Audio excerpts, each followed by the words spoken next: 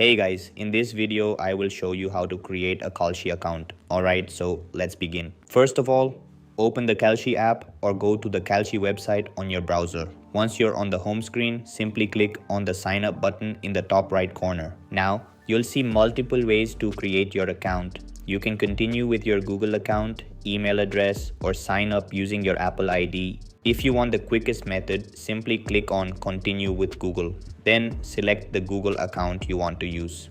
If you're not already signed in, log in to your Google account first. After that, review the permissions and simply click Allow or Continue to give Kalshi the required access. Once the verification is complete, you will automatically be redirected back to Kalshi and your account will be created successfully. If Kalshi asks for any additional information, such as your phone number or identity verification, simply follow the on-screen instructions to complete the setup. After everything is verified, your Kalshi account will be ready to use and you can start exploring the platform and trading on event markets. And that's it. This is how you can create a Kalshi account. That's all for this video. See you in the next one. Thanks.